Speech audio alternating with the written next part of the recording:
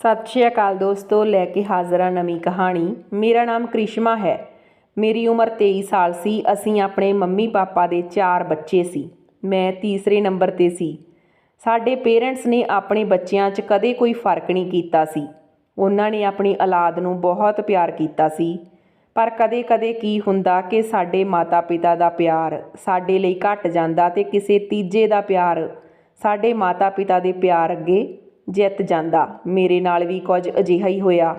मैं जाणदी सी जो कदम अज मैं चुकण जा रही हाँ वो मेरी जिंदगी नूं पूरी तरह बदल देवेगा। मैनूं इस तरह नहीं करना चाहिदा सी, पर मैं मजबूर सी। मेरा दिल बेलगाम घोड़े की तरह दौड़ रहा सी। मैं बिस्तरे ते सुत्ती पई अपनी भैण वल देखिया जो गूढ़ी नींद विच सी। मैं उपर आसमान वल देखिया ते प्रार्थना कीती कि हे रब्बा मेरी रखिया करना। ये कह के मेरियां अखां 'च हंझू आ गए। मैं अपना समान चुकिया ते हौली हौली कमरे विचों बाहर निकल गई। मेरा दिल हल्का हल्का धड़क रहा सी। पूरे घर 'च शरनाटा सी। मैं एक नज़र अपनी मम्मी पापा दे कमरे ते पाई। वो भी गूढ़ी नींद विच सुत्ते पए सी। मेरे लिए ये मौका बहुत वधिया सी, पर पता नहीं क्यों मैनूं इस तरह महसूस हो रहा सी कि मैं गलत करन जा रही हाँ। जे अज मैं ये दहलीज़ पार कर लई तां कदे भी इस घर का दरवाज़ा मेरे लिए नहीं खुलेगा। मैनूं ये नहीं करना चाहिदा। मेरा दिमाग पहली बार मेरे दिल नाल बगावत कर रहा सी, पर मैं अपने दिमाग नूं नज़रअंदाज करके दिल दी सुनना चाहुंदी सी। जे अज मैं इस घर की दहलीज़ पार कर लई तां मेरा प्यार हमेशा हमेशा लई मेरा हो जावेगा। प्यार दे अगे सारे रिश्तेदार हार जांदे आ, फिर चाहे वो माता पिता होण जां सके भैण भरा। मेरे नाल भी अजिहा ही होया। लगभग 1 महीने बाद मेरा विआह सी। जे मैं अज इस घर विचों भज गई तां मेरे पेरेंट्स की बहुत बदनामी होवेगी। लोग उन्हां नूं मिहणे मारनगे, उन्हां दी परवरिश ते उंगली चुकणगे। पर जे अज मैं लोकां दी परवाह कीती तां मैं अपनी खुशी कदे प्राप्त नहीं कर सकदी।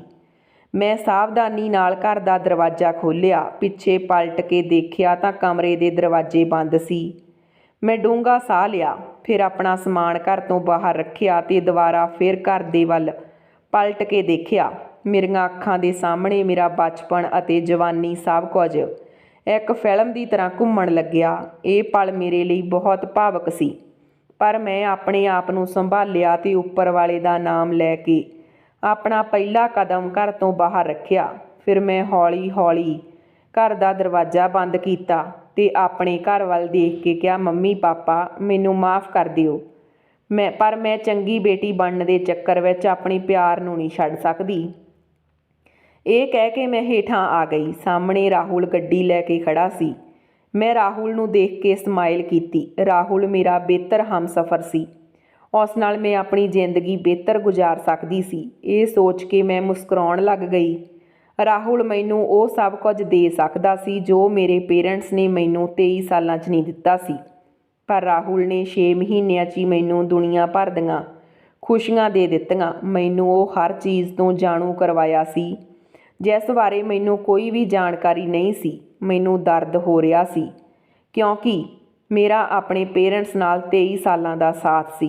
उन्हां नूं छड्डना मेरे लिए आसान नहीं सी, पर हुण मेरी सहण शक्ति खत्म हो चुकी सी। मैं गड्डी दे कोल आई तां राहुल गड्डी चों निकलिया। उसने मेरा समान पिछली सीट ते रखिया ते मैनूं गड्डी 'च बैठण दे लई कहा। मैं राहुल दे नाल वाली सीट ते बैठ गई। राहुल ने गड्डी बहुत तेज़ रफ्तार विच चला लई। मेरा दिल घबरा रहा सी। मैं घबराहट नाल राहुल नूं पुछया, राहुल सवेरे पापा पुलिस नूं हवाले कर देणगे, फिर की होवेगा? मैनूं बहुत डर लग रहा। राहुल मेरी गल सुण के उच्ची उच्ची हੱਸਿਆ ते कहण लग्या, मेरी जान क्यों परेशान हो रही हाँ? तेरा राहुल है ना, सब कुछ ठीक कर देवेगा। पता नहीं क्यों मैनूं राहुल की मुस्कुराहट किसी अणहोणी का एहसास करवा रही सी। फिर मैं राहुल नूं कहा, राहुल मैं तेरे तो एक गल पुछणी आ। राहुल ने हाँ विच सिर हिलाया तां मैं कहा, आपां हुण कित्थे जा रहे हाँ? किसी होटल विच जां किते होर? राहुल उच्ची उच्ची हੱਸਿਆ ते मैनूं कहण लग्या, तेरी शक्ल आ होटल जाण वाली। मैं उसकी गल सुण के हैरान हो गई। मेरा मूँह लटक गया। मैनूं शर्मिंदगी होण लगी। मैं सोच रही सी राहुल मेरे नाल किस लहजे विच गल कर रहा। ਫਿਰ ਰਾਹੁਲ ਆਪਣੀ ਗੱਲ ਨੂੰ ਸੰਭਾਲਦੇ ਹੋਏ ਕਹਿਣ ਲੱਗਿਆ, ਉਹ ਪਾਗਲ, ਮੇਰੇ ਕਹਿਣ ਦਾ ਇਹ ਮਤਲਬ ਨਹੀਂ ਤੂੰ ਕੋਈ ਹੋਟਲ ਵਿੱਚ ਲਿਜਾਣ ਵਾਲੀ ਕੁੜੀ ਆ। ਸਵੀਟ ਹਾਰਟ, ਤੂੰ ਤਾਂ ਮੇਰੀ ਪਤਨੀ ਬਣੇਗੀ। ਮੈਂ ਮੰਮੀ ਨਾਲ ਮਿਲਵਾਵਾਂਗਾ ਤੇ ਆਪਾਂ ਕੱਲ੍ਹ ਦੋਨੋਂ ਵਿਆਹ ਕਰਵਾਵਾਂਗੇ। ਤੂੰ ਪਾਗਲ ਹੋ ਗਈ ਆ? ਉਲਟੀਆਂ ਸਿੱਧੀਆਂ ਗੱਲਾਂ ਕਿਉਂ ਸੋਚ ਰਹੀ ਆ? ਰਾਹੁਲ ਦੀ ਗੱਲ ਸੁਣ ਕੇ ਮੇਰੀਆਂ ਅੱਖਾਂ 'ਚ ਹੰਝੂ ਆ ਗਏ। ਇੱਕ ਪਲ ਲਈ ਤਾਂ ਮੈਂ ਡਰ ਗਈ ਸੀ, ਪਰ ਹੁਣ ਉਸ ਦੀ ਗੱਲ ਸੁਣ ਕੇ ਮੈਂ ਸੰਤੁਸ਼ਟ ਹੋ ਗਈ। ਫਿਰ ਮੈਂ ਰਾਹੁਲ ਨੂੰ ਕਿਹਾ, ਰਾਹੁਲ, ਅੱਜ ਮੈਂ ਤੇਰੇ ਲਈ ਸਾਰੀਆਂ ਕਿਸ਼ਤੀਆਂ ਛੱਡ ਕੇ ਆਈ ਹਾਂ। ਤੂੰ ਮੈਨੂੰ ਕਦੇ ਛੱਡੇਗਾ ਤਾਂ ਨਹੀਂ? ਰਾਹੁਲ ਮੇਰੇ ਵੱਲ ਵੇਖ ਕੇ ਮੁਸਕਰਾਉਣ ਲੱਗਿਆ ਤੇ ਫਿਰ ਮੇਰਾ ਹੱਥ ਫੜ ਕੇ ਚੁੰਮਿਆ ਤੇ ਕਹਿਣ ਲੱਗਿਆ, ਮੇਰੀ ਜਾਨ ਚਲੀ ਜਾਵੇਗੀ ਪਰ ਮੈਂ ਤੈਨੂੰ ਕਦੇ ਨਹੀਂ ਛੱਡਾਂਗਾ, ਤੂੰ ਬੇਫਿਕਰ ਹੋ ਜਾ। ਉਹ ਕਹਿ ਤਾਂ ਰਿਹਾ ਸੀ ਪਰ ਮੈਨੂੰ ਉਸ ਦੀ ਨਜ਼ਰ 'ਚ ਪਿਆਰ ਦੀ ਝਲਕ ਨਹੀਂ ਦਿਸ ਰਹੀ ਸੀ। ਇਹ ਕਿਹੋ ਜਿਹਾ ਅਹਿਸਾਸ ਸੀ? ਮੈਂ ਕੁਝ ਸਮਝ ਨਾ ਸਕੀ। ਸ਼ਾਇਦ ਮੈਂ ਆਪਣੇ ਪੇਰੈਂਟਸ ਨੂੰ ਛੱਡ ਕੇ ਆਈ ਸੀ, ਆਪਣੇ ਆਪ ਨੂੰ ਅਸੁਰੱਖਿਅਤ ਮਹਿਸੂਸ ਕਰ ਰਹੀ ਸੀ। ਫਿਰ ਮੈਂ ਚੁੱਪਚਾਪ ਖਿੜਕੀ ਤੋਂ ਬਾਹਰ ਦੇਖਣ ਲੱਗੀ। ਮੇਰੀਆਂ ਅੱਖਾਂ 'ਚ ਹੰਝੂ ਆ ਰਹੇ ਸੀ। ਦਿਲ ਨੂੰ ਅਜੀਬ ਜਿਹੀ ਬੇਚੈਨੀ ਹੋ ਰਹੀ ਸੀ। ਫਿਰ ਗੱਡੀ ਲੰਬੀ ਦੂਰੀ ਤੋਂ ਬਾਅਦ ਇੱਕ ਘਰ ਦੇ ਪੋਰਚ 'ਚ ਜਾ ਕੇ ਰੁਕ ਗਈ। ਮੈਂ ਦੇਖਿਆ ਇਹ ਰਾਹੁਲ ਦਾ ਘਰ ਸੀ। ਮੈਂ ਆਪਣੇ ਆਪ ਨੂੰ ਠੀਕ ਕਰਕੇ ਨਵੇਂ ਇਮਤਿਹਾਨ ਦੇ ਲਈ ਤਿਆਰ ਕਰ ਲਿਆ। ਪਤਾ ਨਹੀਂ ਰਾਹੁਲ ਦੀ ਫੈਮਿਲੀ ਵਾਲੇ ਕਿਹੋ ਜਿਹੇ ਸੀ ਤੇ ਉਹਨਾਂ ਨੇ ਮੇਰੇ ਨਾਲ ਕੀ ਬਿਹੇਵ ਕਰਨਾ ਸੀ। ਮੈਨੂੰ ਉਹਨਾਂ ਬਾਰੇ ਕੋਈ ਵੀ ਜਾਣਕਾਰੀ ਨਹੀਂ ਸੀ। ਫਿਰ ਰਾਹੁਲ ਗੱਡੀ 'ਚੋਂ ਉਤਰਿਆ ਤੇ ਉਸਨੇ ਮੈਨੂੰ ਵੀ ਉਤਰਨ ਦੇ ਲਈ ਕਿਹਾ।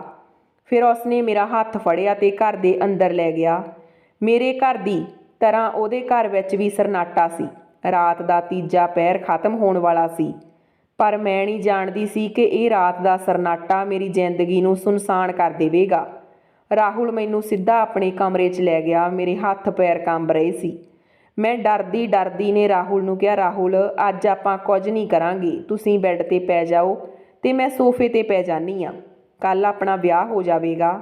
ਇਸ ਤੋਂ ਅੱਗੇ ਮੈਂ ਕੁਝ ਬੋਲਦੀ, ਰਾਹੁਲ ਨੇ ਮੇਰੀ ਕਮਰ 'ਤੇ ਹੱਥ ਰੱਖਿਆ ਤੇ ਅੱਖਾਂ ਵਿੱਚ ਖੁਮਾਰੀ ਲਿਆ ਕੇ ਕਹਿਣ ਲੱਗਿਆ, ਸਵੀਟ ਹਾਰਟ, ਕੱਲ੍ਹ ਦੀ ਉਡੀਕ ਕਿਉਂ ਕਰ ਗਈ? ਆਪਾਂ ਅੱਜ ਦੀ ਰਾਤ ਨੂੰ ਰੰਗੀਨ ਬਣਾਉਣੇ ਆ। ਵੈਸੇ ਵੀ ਕੱਲ੍ਹ ਨੂੰ ਤੂੰ ਮੇਰੀ ਪਤਨੀ ਬਣ ਜਾਵੇਂਗੀ। ਰਾਹੁਲ ਇਹ ਕਹਿ ਕੇ, ਪਰ ਮੈਂ ਬੇਵਜ੍ਹਾ ਹੀ ਉਸ ਦੇ ਮੂੰਹ 'ਤੇ ਹੱਥ ਰੱਖ ਦਿੱਤਾ। ਮੈਂ ਕਿਹਾ, ਨਹੀਂ ਰਾਹੁਲ, ਮੈਂ ਅੱਜ ਤੁਹਾਨੂੰ ਆਪਣੇ ਨਜ਼ਦੀਕ ਨਹੀਂ ਆਉਣ ਦੇਵਾਂਗੀ। ਬਸ ਕੱਲ੍ਹ ਦੀ ਤਾਂ ਗੱਲ ਆ। ਰਾਹੁਲ ਨੇ ਮੈਨੂੰ ਆਪਣੇ ਦੋਨਾਂ ਹੱਥਾਂ ਨਾਲ ਕਾਬੂ ਕਰ ਲਿਆ ਤੇ ਕਹਿਣ ਲੱਗਿਆ, ਮੇਰੀ ਜਾਨ, ਕੀ ਹੋਇਆ? ਮੈਂ ਹੀ ਤਾਂ ਹਾਂ। ਫਿਰ ਅੱਜ ਕੀ ਤੇ ਕੱਲ੍ਹ ਕੀ? ਮੈਨੂੰ ਸਮਝ ਨਹੀਂ ਆ ਰਿਹਾ ਸੀ ਕਿ ਮੈਂ ਕੀ ਕਰਾਂ, ਕਿਉਂਕਿ ਮੈਂ ਵੀ ਹੁਣ ਬਿਲਕੁਲ ਰਾਹੁਲ 'ਤੇ ਨਿਰਭਰ ਸੀ। ਮੈਂ ਉਸ ਨਾਲ ਬਦਤਮੀਜ਼ੀ ਵੀ ਤਾਂ ਨਹੀਂ ਕਰ ਸਕਦੀ ਸੀ, ਪਰ ਉਹ ਮੈਨੂੰ ਬਦਤਮੀਜ਼ੀ ਕਰਨ ਲਈ ਮਜਬੂਰ ਕਰ ਰਿਹਾ ਸੀ। ਫਿਰ ਮੈਂ ਉਸ ਦਾ ਹੱਥ ਝਟਕੇ ਨਾਲ ਸਾਈਡ 'ਤੇ ਕਰ ਦਿੱਤਾ। ਮੈਂ ਗੁੱਸੇ ਵਿੱਚ ਰਾਹੁਲ ਨੂੰ ਕਿਹਾ, ਜਦੋਂ ਮੈਂ ਮਨਾ ਕਰ ਰਹੀ ਹਾਂ ਤਾਂ ਫਿਰ ਤੂੰ ਮੇਰੀ ਗੱਲ ਕਿਉਂ ਨਹੀਂ ਮੰਨ ਰਿਹਾ? ਕੱਲ੍ਹ ਨੂੰ ਆਪਾਂ ਅਧਿਕਾਰਿਤ ਪਤੀ ਪਤਨੀ ਬਣ ਜਾਵਾਂਗੇ। ਫਿਰ ਜੋ ਕਰਨਾ ਕਰ ਲਵੀਂ। ਮੈਨੂੰ ਬਹੁਤ ਜ਼ਿਆਦਾ ਗੁੱਸਾ ਆ ਗਿਆ। ਇੱਕ ਤਾਂ ਮੈਂ ਆਪਣੇ ਪੇਰੈਂਟਸ ਨੂੰ ਛੱਡ ਕੇ ਆਈ, ਦੂਜਾ ਰਾਹੁਲ ਦੀ ਜਲਦਬਾਜ਼ੀ ਨਾਲ ਮੇਰਾ ਖੂਨ ਖੌਲ ਗਿਆ। ਰਾਹੁਲ ਮੈਨੂੰ ਗੁੱਸੇ 'ਚ ਦੇਖ ਕੇ ਮੇਰੇ ਤੋਂ ਦੂਰ ਹੋ ਗਿਆ ਤੇ ਕਹਿਣ ਲੱਗਿਆ, ਅੱਜ ਤੂੰ ਮੈਨੂੰ ਮਨਾ ਕਰ ਰਹੀ ਆ। ਮੈਂ ਇਹ ਗੱਲ ਕਦੇ ਨਹੀਂ ਭੁੱਲਾਂਗਾ। ਇੱਕ ਸਮਾਂ ਆਵੇਗਾ ਜਦੋਂ ਤੂੰ। ਰਾਹੁਲ ਕੁਝ ਕਹਿਣਾ ਚਾਹੁੰਦਾ ਸੀ ਪਰ ਉਹ ਚੁੱਪ ਹੋ ਗਿਆ। ਮੈਂ ਉਸ ਨੂੰ ਕਿਹਾ, ਬੋਲ, ਕੀ ਕਹਿਣਾ ਚਾਹੁੰਦਾ? ਮੈਂ ਕੁਝ ਸਮਝ ਨਹੀਂ ਰਹੀ। ਰਾਹੁਲ ਨੂੰ ਗੱਡੀ ਵਿੱਚ ਵੀ ਕਿਹੋ ਜਿਹੀਆਂ ਗੱਲਾਂ ਕਰ ਰਿਹਾ ਸੀ ਤੇ ਹੁਣ ਵੀ। ਰਾਹੁਲ ਮੇਰੇ ਕੋਲ ਆਇਆ ਤੇ ਕਹਿਣ ਲੱਗਿਆ, ਦੇਖ, ਫਾਲਤੂ ਗੱਲਾਂ ਕਰਨ ਨਾਲ ਰਿਸ਼ਤੇ ਖਰਾਬ ਹੋ ਜਾਵੇਗਾ। ਤੂੰ ਚੁੱਪ ਹੋ ਜਾ, ਨੀਂਦ ਆ ਰਹੀ ਆ, ਜਾ ਕੇ ਸੌਂ ਜਾ। ਸੁਬਾਹ ਤੈਨੂੰ ਮੰਮੀ ਨਾਲ ਮਿਲਵਾਵਾਂਗਾ, ਫਿਰ ਤੇਰੇ ਨਾਲ ਵਿਆਹ ਕਰਵਾ ਲਵਾਂਗਾ। ਫਿਰ ਤਾਂ ਤੈਨੂੰ ਮੇਰੇ ਨਜ਼ਦੀਕ ਆਉਣ 'ਤੇ ਕੋਈ ਪ੍ਰੋਬਲਮ ਨਹੀਂ ਹੋਵੇਗੀ ਨਾ? ਮੈਂ ਹਾਂ ਵਿੱਚ ਸਿਰ ਹਿਲਾ ਦਿੱਤਾ ਤੇ ਸੋਫੇ 'ਤੇ ਜਾ ਕੇ ਪੈ ਗਈ। ਮੇਰੀਆਂ ਅੱਖਾਂ ਸਾਹਮਣੇ ਵਾਰ-ਵਾਰ ਮੰਮੀ ਪਾਪਾ ਦਾ ਚਿਹਰਾ ਆ ਰਿਹਾ ਸੀ। ਮੇਰੇ ਮੰਮੀ ਪਾਪਾ ਅਕਸਰ ਮੇਰੇ ਵਾਲਾਂ ਵਿੱਚ ਹੱਥ ਫੇਰ ਕੇ ਕਹਿੰਦੀ ਹੁੰਦੀ ਸੀ ਕਿ ਮੇਰੀ ਕ੍ਰਿਸ਼ਮਾ ਸਭ ਤੋਂ ਜ਼ਿਆਦਾ ਸਮਝਦਾਰ ਆ। ਇਹਦੇ ਜਿੰਨੀ ਸਮਝ ਤੇ ਦਿਮਾਗ ਹੋਰ ਕਿਸੇ ਵਿੱਚ ਵੀ ਨਹੀਂ, ਬਾਕੀ ਸਭ ਪਾਗਲ ਆ। ਇਹ ਗੱਲ ਸੁਣ ਕੇ ਮੈਂ ਬਹੁਤ ਖੁਸ਼ ਹੋ ਜਾਂਦੀ। ਮੰਮੀ ਪਾਪਾ ਨੂੰ ਲੱਗਦਾ ਸੀ ਕਿ ਮੈਂ ਬਹੁਤ ਚੰਗੀ ਆ, ਮੈਂ ਕਦੇ ਕੁਝ ਗਲਤ ਨਹੀਂ ਕਰਾਂਗੀ, ਉਹਨਾਂ ਨੂੰ ਕਦੇ ਧੋਖਾ ਨਹੀਂ ਦੇਵਾਂਗੀ, ਪਾਪਾ ਦਾ ਕਦੇ ਮਾਣ ਨਹੀਂ ਤੋੜਾਂਗੀ। ਮੈਂ ਜਾਣਦੀ ਸੀ ਹੁਣ ਮੇਰੇ ਮੰਮੀ ਪਾਪਾ ਪੂਰੀ ਤਰ੍ਹਾਂ ਟੁੱਟ ਜਾਣਗੇ। 1 ਮਹੀਨੇ ਬਾਅਦ ਮੇਰਾ ਵਿਆਹ ਸੀ। ਸ਼ਾਇਦ ਇਸ ਲਈ ਮੈਂ ਬਹੁਤ ਜ਼ਿਆਦਾ ਘਬਰਾਈ ਹੋਈ ਸੀ। ਮੈਂ ਸੋਚ ਰਹੀ ਸੀ ਕਿ ਮੈਂ ਬਹੁਤ ਗਲਤ ਕਦਮ ਚੁੱਕ ਲਿਆ। ਜੇ ਮੇਰੇ ਘਰ ਜਾਣ ਤੋਂ ਬਾਅਦ ਮੰਮੀ ਪਾਪਾ ਨਾਲ ਕੁਝ ਗਲਤ ਹੋ ਗਿਆ ਤਾਂ ਫਿਰ ਮੈਂ ਕੀ ਕਰਾਂਗੀ। ਇਹੀ ਸੋਚ ਕੇ ਮੈਂ ਪਰੇਸ਼ਾਨ ਹੋ ਰਹੀ ਸੀ। ਥੋੜ੍ਹੀ ਦੇਰ ਬਾਅਦ ਰਾਹੁਲ ਵਾਸ਼ਰੂਮ ਵਿੱਚੋਂ ਬਾਹਰ ਆਇਆ ਤੇ ਉਹ ਬਿਨਾਂ ਮੈਨੂੰ ਦੇਖੇ ਬਿਸਤਰੇ 'ਤੇ ਚੁੱਪਚਾਪ ਪੈ ਗਿਆ। ਮੈਨੂੰ ਅਹਿਸਾਸ ਹੋਇਆ ਕਿ ਮੈਂ ਗਲਤੀ ਕੀਤੀ ਆ। ਮੈਨੂੰ ਰਾਹੁਲ ਨਾਲ ਇਸ ਤਰ੍ਹਾਂ ਬਿਹੇਵ ਨਹੀਂ ਕਰਨਾ ਚਾਹੀਦਾ ਸੀ। ਆਖਰਕਾਰ ਉਹ ਮੇਰਾ ਹੋਣ ਵਾਲਾ ਪਤੀ ਸੀ। ਫਿਰ ਮੈਂ ਸੋਚਿਆ ਕਿ ਮੈਂ ਹੁਣੇ ਖੜੀ ਹੁੰਨੀ ਆ ਤੇ ਰਾਹੁਲ ਕੋਲ ਜਾਂਦੀ ਆ ਤੇ ਉਸ ਤੋਂ ਮਾफ़ੀ ਮੰਗਦੀ ਆ। ਪਰ ਫਿਰ ਮੈਂ ਇੱਕ ਪਲ ਬਾਅਦ ਹੀ ਆਪਣਾ ਸਿਰ ਨਾਂਹ ਵਿੱਚ ਹਿਲਾ ਦਿੱਤਾ ਕਿ ਨਹੀਂ, ਰਾਹੁਲ ਤੋਂ ਮਾफ़ੀ ਮੰਗਣ ਦਾ ਮਤਲਬ ਆ ਬਿਨਾਂ ਵਿਆਹ ਤੋਂ ਸੁਹਾਗ ਰਾਤ ਮਨਾਉਣਾ। ਕੱਲ੍ਹ ਜਦੋਂ ਅਸੀਂ ਪਤੀ ਪਤਨੀ ਬਣ ਜਾਵਾਂਗੇ ਤਾਂ ਮੈਂ ਰਾਹੁਲ ਤੋਂ ਮਾਫ਼ੀ ਵੀ ਮੰਗ ਲਵਾਂਗੀ। ਮੈਂ ਆਪਣੇ ਇਰਾਦੇ ਮਜ਼ਬੂਤ ਕਰ ਲਏ ਸੀ। ਮੈਂ ਸੌਣ ਦੀ ਕੋਸ਼ਿਸ਼ ਕਰ ਰਹੀ ਸੀ ਪਰ ਮੇਰੀਆਂ ਅੱਖਾਂ 'ਚ ਨੀਂਦ ਨਹੀਂ ਆ ਰਹੀ ਸੀ। ਵਾਰ-ਵਾਰ ਹੰਝੂ ਆ ਰਹੇ ਸੀ ਤੇ ਮੈਨੂੰ ਆਪਣੇ ਮੰਮੀ ਪਾਪਾ ਦੀ ਯਾਦ ਆ ਰਹੀ ਸੀ। ਮੇਰਾ ਦਿਲ ਅਜੀਬ ਜਿਹੀ ਸਥਿਤੀ ਦਾ ਸ਼ਿਕਾਰ ਹੋ ਗਿਆ ਸੀ। ਫਿਰ ਪਤਾ ਨਹੀਂ ਕਦੋਂ ਮੇਰੀ ਅੱਖ ਲੱਗੀ। ਸੁਬਾਹ ਦਾ ਸੂਰਜ ਚਮਕ ਰਿਹਾ ਸੀ ਪਰ ਮੈਂ ਅਜੇ ਤੱਕ ਸੁੱਤੀ ਪਈ ਸੀ। ਫਿਰ ਰਾਹੁਲ ਨੇ ਮੈਨੂੰ ਝੰਜੋੜਦੇ ਹੋਏ ਜਗਾਇਆ। ਜਦੋਂ ਮੇਰੀ ਅੱਖ ਖੁੱਲ੍ਹੀ ਤਾਂ ਸਾਹਮਣੇ ਰਾਹੁਲ ਖੜਾ ਸੀ। ਮੈਨੂੰ ਕਹਿਣ ਲੱਗਿਆ, ਕ੍ਰਿਸ਼ਮਾ ਉੱਠ, ਜਲਦੀ ਨਾਲ ਤਿਆਰ ਹੋ ਜਾ, ਅੱਜ ਆਪਾਂ ਹੇਠਾਂ ਜਾ ਕੇ ਮੰਮੀ ਨੂੰ ਮਿਲਦੇ ਹਾਂ। ਅੱਜ ਆਪਾਂ ਕੋਰਟ ਮੈਰਿਜ ਕਰ ਲਵਾਂਗੀ। ਇਸ ਤੋਂ ਪਹਿਲਾਂ ਕਿ ਤੇਰੇ ਪਾਪਾ ਪੁਲਿਸ ਲੈ ਕੇ ਆਪਣੇ ਘਰ ਆ ਜਾਣ, ਤੂੰ ਮੇਰੀ ਪਤਨੀ ਬਣ ਜਾਵੇਂਗੀ ਤਾਂ ਮੇਰੇ ਲਈ ਉਹਨਾਂ ਨਾਲ ਮੁਕਾਬਲਾ ਕਰਨਾ ਆਸਾਨ ਹੋ ਜਾਵੇਗਾ, ਨਹੀਂ ਤਾਂ ਬਹੁਤ ਸਮੱਸਿਆ ਹੋ ਜਾਵੇਗੀ। ਰਾਹੁਲ ਦੀ ਗੱਲ ਸੁਣ ਕੇ ਮੈਨੂੰ ਬਹੁਤ ਡਰ ਲੱਗ ਰਿਹਾ ਸੀ। ਮੇਰਾ ਦਿਲ ਜ਼ੋਰ-ਜ਼ੋਰ ਨਾਲ ਧੜਕ ਰਿਹਾ ਸੀ। ਵੈਸੇ ਵੀ ਜੋ ਕਦਮ ਕੱਲ੍ਹ ਰਾਤ ਮੈਂ ਚੁੱਕਿਆ ਸੀ ਉਹ ਕੋਈ ਮਾਮੂਲੀ ਗੱਲ ਨਹੀਂ ਸੀ। ਫਿਰ ਮੈਂ ਜਲਦੀ ਨਾਲ ਵਾਸ਼ਰੂਮ ਵਿੱਚ ਚਲੀ ਗਈ ਕਿਉਂਕਿ ਮੈਂ ਜਾਣਦੀ ਸੀ ਕਿ ਰਾਹੁਲ ਨੂੰ ਜ਼ਿਆਦਾ ਉਡੀਕ ਕਰਨਾ ਪਸੰਦ ਨਹੀਂ। ਜਦੋਂ ਮੈਂ ਤਿਆਰ ਹੋ ਕੇ ਬਾਹਰ ਆਈ ਤਾਂ ਰਾਹੁਲ ਮੇਰੀ ਵੇਟ ਵਿੱਚ ਬਾਹਰ ਟਹਿਲ ਰਿਹਾ ਸੀ। ਉਸ ਨੂੰ ਮੈਨੂੰ ਦੇਖ ਕੇ ਫਿਰ ਗੁੱਸਾ ਆ ਗਿਆ ਤੇ ਕਹਿਣ ਲੱਗਿਆ, ਤੂੰ ਸਮਝ ਕਿਉਂ ਨਹੀਂ ਰਹੀ? ਆਪਾਂ ਜਲਦੀ ਵਿਆਹ ਕਰਵਾਉਣਾ ਤੇ ਤੂੰ ਇੰਨਾ ਸਮਾਂ ਵਾਸ਼ਰੂਮ ਵਿੱਚ ਹੀ ਲਗਾ ਦਿੱਤਾ। ਅਜੇ ਤੂੰ ਮੇਕਅਪ ਕਰੇਂਗੀ। ਮੈਂ ਸਿਰ ਨਾਂਹ ਵਿੱਚ ਹਿਲਾ ਦਿੱਤਾ ਤੇ ਸਿਰ 'ਤੇ ਦੁਪੱਟਾ ਲੈ ਕੇ ਉਸ ਦੇ ਸਾਹਮਣੇ ਜਾ ਕੇ ਖੜ੍ਹ ਗਈ ਤੇ ਬਾਹਰ ਜਾਣ ਦਾ ਇਸ਼ਾਰਾ ਕੀਤਾ। ਫਿਰ ਰਾਹੁਲ ਗੁੱਸੇ 'ਚ ਮੇਰੇ ਹੱਥ ਫੜ ਕੇ ਮੈਨੂੰ ਹੇਠਾਂ ਲੈ ਗਿਆ। ਰਾਹੁਲ ਦਾ ਬਦਲਿਆ ਹੋਇਆ ਰੂਪ ਦੇਖ ਕੇ ਇੱਕ ਪਲ ਲਈ ਮੈਨੂੰ ਲੱਗਿਆ ਮੈਂ ਵਾਪਸ ਘਰ ਚਲੀ ਜਾਵਾਂ, ਪਰ ਮੈਂ ਤਾਂ ਸਾਰੀਆਂ ਕਿਸ਼ਤੀਆਂ ਪਿੱਛੇ ਛੱਡ ਕੇ ਆਈ ਸੀ ਤੇ ਪੂਰੀ ਰਾਤ ਘਰ ਤੋਂ ਬਾਹਰ ਰਹੀ ਸੀ। ਮੈਂ ਜਾਣਦੀ ਸੀ ਕਿ ਮੇਰੀ ਮੰਮੀ ਬਹੁਤ ਸਖਤ ਸੁਭਾਅ ਦੀ ਔਰਤ ਆ। ਉਹ ਮੈਨੂੰ ਇਸ ਗਲਤੀ ਲਈ ਕਦੇ ਮਾफ़ ਨਹੀਂ ਕਰੇਗੀ। ਜਦੋਂ ਮੈਂ ਰਾਹੁਲ ਦੇ ਨਾਲ ਹੇਠਾਂ ਆਈ ਤੇ ਉਸ ਦੀ ਸਾਰੀ ਫੈਮਿਲੀ ਬੈਠੀ ਸੀ, ਉਹ ਮੈਨੂੰ ਦੇਖ ਕੇ ਹੈਰਾਨ ਹੋ ਗਏ। ਫਿਰ ਰਾਹੁਲ ਆਪਣੇ ਵੱਡੇ ਭਰਾ ਨੂੰ ਬੋਲਿਆ, ਸਾਰੇ ਇੰਤਜ਼ਾਮ ਹੋ ਗਏ? ਤਾਂ ਉਸ ਦੇ ਭਰਾ ਨੇ ਹਾਂ ਵਿੱਚ ਸਿਰ ਹਿਲਾ ਦਿੱਤਾ ਤੇ ਫਿਰ ਖੜਾ ਹੋ ਕੇ ਬੋਲਿਆ, ਘੱਟੋ ਘੱਟ ਪਸੰਦ ਤਾਂ ਚੰਗੀ ਕਰ ਲੈਂਦਾ। ਕੀ ਪਸੰਦ ਕੀਤਾ? ਇਹ ਕਹਿ ਕੇ ਰਾਹੁਲ ਦਾ ਭਰਾ ਬਾਹਰ ਚਲਿਆ ਗਿਆ। ਪਰ ਮੈਂ ਬੇਇੱਜ਼ਤੀ ਦੇ ਅਹਿਸਾਸ ਨਾਲ ਲਾਲ ਹੋ ਗਈ। ਇਹ ਲੋਕ ਕਿਹੋ ਜਿਹੇ ਸੀ? ਮੈਨੂੰ ਕੁਝ ਸਮਝ ਹੀ ਨਹੀਂ ਰਹੇ ਸੀ। ਫਿਰ ਰਾਹੁਲ ਨੇ ਇੱਕ ਧੁੰਦਲੀ ਨਜ਼ਰ ਮੇਰੇ 'ਤੇ ਪਾਈ ਤੇ ਮੇਰਾ ਹੱਥ ਫੜ ਕੇ ਮੈਨੂੰ ਬਾਹਰ ਲੈ ਗਿਆ। ਮੈਂ ਤਾਂ ਰਾਹੁਲ ਦੀ ਮੰਮੀ ਨੂੰ ਮਿਲਣਾ ਚਾਹੁੰਦੀ ਸੀ, ਉਸ ਦੀ ਫੈਮਿਲੀ ਨੂੰ ਮਿਲਣਾ ਚਾਹੁੰਦੀ ਸੀ, ਪਰ ਰਾਹੁਲ ਨੇ ਮੈਨੂੰ ਮੌਕਾ ਹੀ ਨਹੀਂ ਦਿੱਤਾ। ਉਹ ਮੈਨੂੰ ਗੱਡੀ 'ਚ ਬਿਠਾ ਕੇ ਜਲਦੀ ਨਾਲ ਕੋਰਟ ਮੈਰਿਜ ਕਰਨ ਦੇ ਲਈ ਲੈ ਗਏ। ਮੈਂ ਬਹੁਤ ਜ਼ਿਆਦਾ ਡਰ ਗਈ ਸੀ। ਮੇਰੀ ਚੀਕ ਨਿਕਲ ਗਈ। ਫਿਰ ਮੈਂ ਰਾਹੁਲ ਨੂੰ ਕਿਹਾ, ਰਾਹੁਲ ਗੱਡੀ ਹੌਲੀ ਚਲਾ, ਕੀ ਹੋਇਆ? ਕੋਰਟ ਹੀ ਤਾਂ ਜਾਣਾ, ਕੋਈ ਕਬਰਸਤਾਨ ਤਾਂ ਨਹੀਂ। ਰਾਹੁਲ ਨੇ ਮੇਰੇ ਵੱਲ ਗੁੱਸੇ ਨਾਲ ਦੇਖਿਆ ਤੇ ਕਿਹਾ, ਤੇਰੇ ਪਿਓ ਨੇ ਪੁਲਿਸ ਵਿੱਚ ਕੰਪਲੇਂਟ ਕਰ ਦਿੱਤੀ ਆ। ਜੇ ਪੁਲਿਸ ਮੇਰੇ ਘਰ ਤੱਕ ਪਹੁੰਚ ਗਈ ਤਾਂ ਯਾਦ ਰੱਖੀ, ਮੈਂ ਤੇਰੀਆਂ ਲੱਤਾਂ ਤੋੜ ਦੇਵਾਂਗਾ। ਮੈਂ ਜਾਣਦੀ ਸੀ ਕਿ ਪਾਪਾ ਇਹ ਕਦਮ ਜ਼ਰੂਰ ਉਠਾਉਣਗੇ। ਉਹ ਚੁੱਪ ਨਹੀਂ ਬੈਠਣਗੇ। ਜਿਵੇਂ ਹੀ ਅਸੀਂ ਕੋਰਟ ਵਿੱਚ ਪਹੁੰਚੇ ਤਾਂ ਉੱਥੇ ਸਾਰੇ ਇੰਤਜ਼ਾਮ ਹੋ ਚੁੱਕੇ ਸੀ। ਫਿਰ ਅਸੀਂ ਇੱਕ ਦੂਜੇ ਦੀ ਸਹਿਮਤੀ ਨਾਲ ਕੋਰਟ ਮੈਰਿਜ ਕਰ ਲਈ। ਜਿਵੇਂ ਹੀ ਅਸੀਂ ਕੋਰਟ ਮੈਰਿਜ ਕਰਕੇ ਬਾਹਰ ਨਿਕਲੇ ਤਾਂ ਬਾਹਰ ਮੇਰੇ ਮੰਮੀ ਪਾਪਾ, ਮੇਰਾ ਭਰਾ ਤੇ ਭੈਣ ਖੜ੍ਹੇ ਸੀ। ਉਹ ਮੈਨੂੰ ਹੰਝੂ ਭਰੀਆਂ ਨਜ਼ਰਾਂ ਨਾਲ ਦੇਖ ਰਹੇ ਸੀ। ਮੇਰੇ ਗਲ ਵਿੱਚ ਮਾਲਾ ਸੀ। ਮੇਰਾ ਦਿਲ ਕਿਸੇ ਬੇਗੈਰਤ ਘੋੜੇ ਦੀ ਤਰ੍ਹਾਂ ਦੌੜ ਰਿਹਾ ਸੀ। ਮੇਰੇ ਹੱਥਾਂ ਨੂੰ ਪਸੀਨਾ ਆ ਰਿਹਾ ਸੀ। ਮੈਂ ਡਰ ਕੇ ਰਾਹੁਲ ਦੀ ਸ਼ਰਟ ਨੂੰ ਮੁੱਠੀ ਨਾਲ ਫੜ ਲਿਆ। ਇਸ ਤੋਂ ਪਹਿਲਾਂ ਰਾਹੁਲ ਮੇਰੇ 'ਤੇ ਗੁੱਸਾ ਕਰਦਾ, ਉਸਨੇ ਨਜ਼ਰ ਚੁੱਕ ਕੇ ਸਾਹਮਣੇ ਦੇਖਿਆ। ਮੈਂ ਪੂਰੀ ਤਰ੍ਹਾਂ ਰਾਹੁਲ ਦੇ ਪਿੱਛੇ ਲੁਕੀ ਹੋਈ ਸੀ। ਰਾਹੁਲ ਬੋਲਿਆ, ਕਿਸੇ ਦੀ ਵੀ ਹਿੰਮਤ ਨਹੀਂ ਮੇਰੀ ਪਤਨੀ ਵੱਲ ਅੱਖ ਚੁੱਕ ਕੇ ਦੇਖਣ ਦੀ। ਜੇ ਤੁਸੀਂ ਜ਼ਬਰਦਸਤੀ ਕਰਨ ਦੀ ਕੋਸ਼ਿਸ਼ ਕੀਤੀ ਤਾਂ ਮੈਂ ਅੱਜ ਦੱਸ ਦੇਵਾਂਗਾ ਕਿ ਰਾਹੁਲ ਕੀ ਚੀਜ਼ ਆ। ਆਪਾਂ 2 ਕਦਮ ਅੱਗੇ ਵਧੇ ਤੇ ਕਹਿਣ ਲੱਗੇ, ਸਾਨੂੰ ਇਸ ਗੰਦ ਬਾਰੇ ਗੱਲ ਕਰਨ ਦੀ ਕੋਈ ਜ਼ਰੂਰਤ ਨਹੀਂ। ਜਿਸ ਕੁੜੀ ਨੂੰ ਆਪਣੇ ਮਾਤਾ ਪਿਤਾ ਦੀ ਇੱਜ਼ਤ ਦੀ ਪਰਵਾਹ ਨਹੀਂ, ਸਾਡਾ ਉਸ ਨਾਲ ਕੋਈ ਸਬੰਧ ਨਹੀਂ। ਮੈਂ ਸਿਰਫ ਤੇਰੀ ਪਤਨੀ ਨੂੰ ਇਹ ਦੱਸਣ ਆਇਆ ਕਿ ਅੱਜ ਤੋਂ ਬਾਅਦ ਮੇਰਾ ਤੇ ਮੇਰੀ ਪਤਨੀ ਅਤੇ ਮੇਰੇ ਬੱਚਿਆਂ ਦਾ ਤੇਰੀ ਪਤਨੀ ਨਾਲ ਕੋਈ ਵਾਹ ਵਾਸਤਾ ਨਹੀਂ। ਇਹ ਕਹਿ ਕੇ ਪਾਪਾ ਰੁਕੇ ਨਹੀਂ, ਜਦ ਕਿ ਮੈਂ ਪਾਪਾ ਦੇ ਪਿੱਛੇ ਜਾਣਾ ਚਾਹੁੰਦੀ ਸੀ ਤੇ ਉਹਨਾਂ ਨੂੰ ਸਮਝਾਉਣਾ ਚਾਹੁੰਦੀ ਸੀ ਕਿ ਮੈਂ ਰਾਹੁਲ ਨੂੰ ਪਿਆਰ ਕਰਦੀ ਹਾਂ ਤੇ ਮੈਂ ਉਸ ਤੋਂ ਬਿਨਾਂ ਨਹੀਂ ਰਹਿ ਸਕਦੀ। ਪਰ ਰਾਹੁਲ ਨੇ ਮੇਰਾ ਹੱਥ ਮਜ਼ਬੂਤੀ ਨਾਲ ਫੜਿਆ ਤੇ ਕਿਹਾ, ਚੱਲ ਬਹੁਤ ਹੋ ਗਿਆ ਤੇਰਾ ਰੋਣਾ ਧੋਣਾ। ਰਾਹੁਲ ਜ਼ਬਰਦਸਤੀ ਮੈਨੂੰ ਖਿੱਚ ਕੇ ਗੱਡੀ 'ਚ ਲੈ ਆਇਆ। ਮੈਂ ਰਾਹੁਲ ਦੀਆਂ ਮਿੰਨਤਾਂ ਕਰ ਰਹੀ ਸੀ, ਪਰ ਨਾ ਮੰਮੀ ਨੇ, ਨਾ ਪਾਪਾ ਨੇ ਤੇ ਨਾ ਹੀ ਮੇਰੇ ਭੈਣ ਭਰਾਵਾਂ ਨੇ ਮੇਰੇ ਵੱਲ ਇੱਕ ਵਾਰ ਵੀ ਪਲਟ ਕੇ ਨਹੀਂ ਦੇਖਿਆ।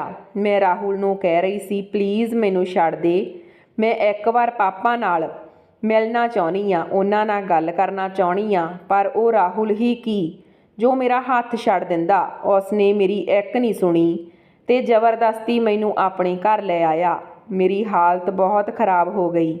ਮੈਂ ਪਾਪਾ ਦੀ ਗੱਲ ਸੁਣ ਕੇ ਬਹੁਤ ਦੁਖੀ ਹੋਈ, ਪਰ ਰਾਹੁਲ ਨੂੰ ਮੇਰੀ ਕੋਈ ਪਰਵਾਹ ਨਹੀਂ ਸੀ। ਉਹ ਤਾਂ ਬਸ ਇੱਕ ਹੀ ਗੱਲ ਕਹਿ ਰਿਹਾ ਸੀ ਕਿ ਘਰ ਜਾ ਕੇ ਤੂੰ ਵੱਡੇ ਬਜ਼ੁਰਗਾਂ ਦੇ ਪੈਰ ਛੂਹਣੇ ਆ, ਉਹਨਾਂ ਦੀ ਇੱਜ਼ਤ ਕਰਨੀ ਆ ਤੇ ਘਰ ਦੇ ਸਾਰੇ ਕੰਮ ਕਰਨੇ ਆ। ਜੇ ਤੂੰ ਮੇਰੀ ਮਾਂ ਦੇ ਹੁਕਮ ਨੂੰ ਟਾਲਿਆ ਤਾਂ ਮੈਂ ਤੇਰੇ ਨਾਲ ਰਿਸ਼ਤਾ ਖਤਮ ਕਰ ਲਵਾਂਗਾ। ਇਹ ਗੱਲ ਆਪਣੇ ਦਿਮਾਗ ਵਿੱਚ ਬਿਠਾ ਲੈ। ਜਦ ਕਿ ਮੈਂ ਤਾਂ ਹੋਸ਼ ਵਿੱਚ ਹੀ ਨਹੀਂ ਸੀ। ਮੈਨੂੰ ਸਮਝ ਨਹੀਂ ਆ ਰਿਹਾ ਸੀ ਕਿ ਰਾਹੁਲ ਇਹ ਸਭ ਗੱਲਾਂ ਕਿਉਂ ਕਰ ਰਿਹਾ। ਮੇਰੀ ਤਾਂ ਦੁਨੀਆ ਉੱਜੜ ਗਈ ਸੀ। ਮੇਰੇ ਪਾਪਾ ਜੋ ਮੇਰੇ 'ਤੇ ਜਾਨ ਛਿੜਕਦੇ ਸੀ, ਅੱਜ ਮੈਨੂੰ ਮੇਰੇ ਮੂੰਹ 'ਤੇ ਇਹ ਕਹਿ ਕੇ ਗਏ ਕਿ ਤੂੰ ਸਾਡੇ ਲਈ ਮਰ ਗਈ। ਇੱਕ ਕੁੜੀ ਦੀ ਆਤਮਾ ਲਈ ਅਹਿਸਾਸ ਮਰਨ ਦੇ ਬਰਾਬਰ ਹੁੰਦਾ। ਜਦੋਂ ਕੋਈ ਪਿਤਾ ਆਪਣੀ ਕੁੜੀ ਨੂੰ ਇਹ ਕਹੇ ਕਿ ਸਾਡਾ ਤੇਰੇ ਨਾਲ ਕੋਈ ਵਾਹ ਵਾਸਤਾ ਨਹੀਂ ਆ। ਗੱਡੀ ਇੱਕ ਝਟਕੇ ਨਾਲ ਰੁਕੀ। ਰਾਹੁਲ ਮੇਰੀ ਪਰਵਾਹ ਕੀਤੇ ਬਿਨਾਂ ਜ਼ਬਰਦਸਤੀ ਮੇਰਾ ਹੱਥ ਫੜ ਕੇ ਖਿੱਚ ਕੇ ਮੈਨੂੰ ਗੱਡੀ ਤੋਂ ਬਾਹਰ ਕੱਢ ਚੁੱਕਿਆ ਸੀ। ਮੈਂ ਰਾਹੁਲ ਦੇ ਬਦਲਦੇ ਹੋਏ ਰੂਪ 'ਤੇ ਹੈਰਾਨ ਹੋ ਰਹੀ ਸੀ। ਮੈਨੂੰ ਵਿਸ਼ਵਾਸ ਨਹੀਂ ਹੋ ਰਿਹਾ ਸੀ ਕਿ ਇਹ ਉਹੀ ਵਿਅਕਤੀ ਆ ਜੋ ਮੇਰੇ ਲਈ ਜਾਨ ਦਿੰਦਾ ਸੀ।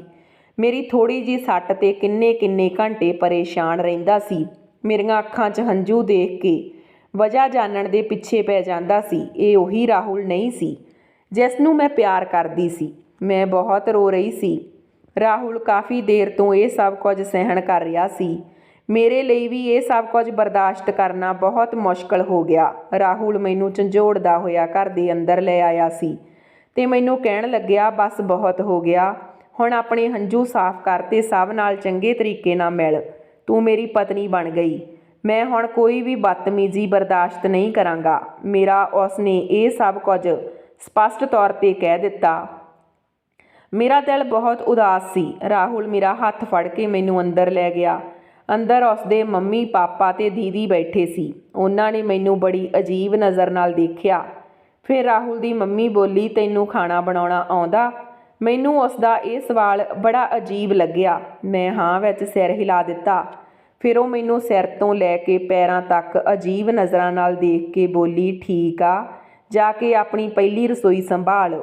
ਮੈਂ ਹੈਰਾਨ ਹੋ ਰਹੀ ਸੀ ਕਿ ਅੱਜ ਹੀ ਤਾਂ ਮੇਰਾ ਵਿਆਹ ਹੋਇਆ ਸੀ। ਸਮਾਂ ਲੰਘਦਾ ਗਿਆ। ਉਹਨਾਂ ਦੀ ਬਦਸਲੂਕੀ ਮੇਰੇ ਨਾਲ ਵੱਧ ਰਹੀ ਸੀ। ਨਾ ਮੇਰੀ ਸੱਸ ਮੈਨੂੰ ਮੂੰਹ ਲਾਉਂਦੀ ਸੀ, ਨਾ ਮੇਰੀ ਨਨਾਣ। ਪਤੀ ਤਾਂ ਜਿਵੇਂ ਮੈਨੂੰ ਜਾਣਦਾ ਹੀ ਨਹੀਂ ਸੀ। ਕੁਝ ਮਹੀਨੇ ਉਸਦੀ ਮੇਰੇ ਨਾਲ ਹਵਸ ਬੁੱਝ ਗਈ। ਫਿਰ ਉਸਨੇ ਮੈਨੂੰ ਹੱਥ ਲਾਉਣਾ ਵੀ ਛੱਡ ਦਿੱਤਾ। ਸਾਰੇ ਮੈਨੂੰ ਇੱਕ ਹੀ ਗੱਲ ਕਹਿੰਦੇ ਕਿ ਇਹ ਕੁੜੀ ਬਾਂਝ ਆ। ਪਰ ਮੇਰੇ ਵਿਆਹ ਨੂੰ ਤਾਂ ਅਜੇ 3 ਮਹੀਨੇ ਹੋਏ ਸੀ।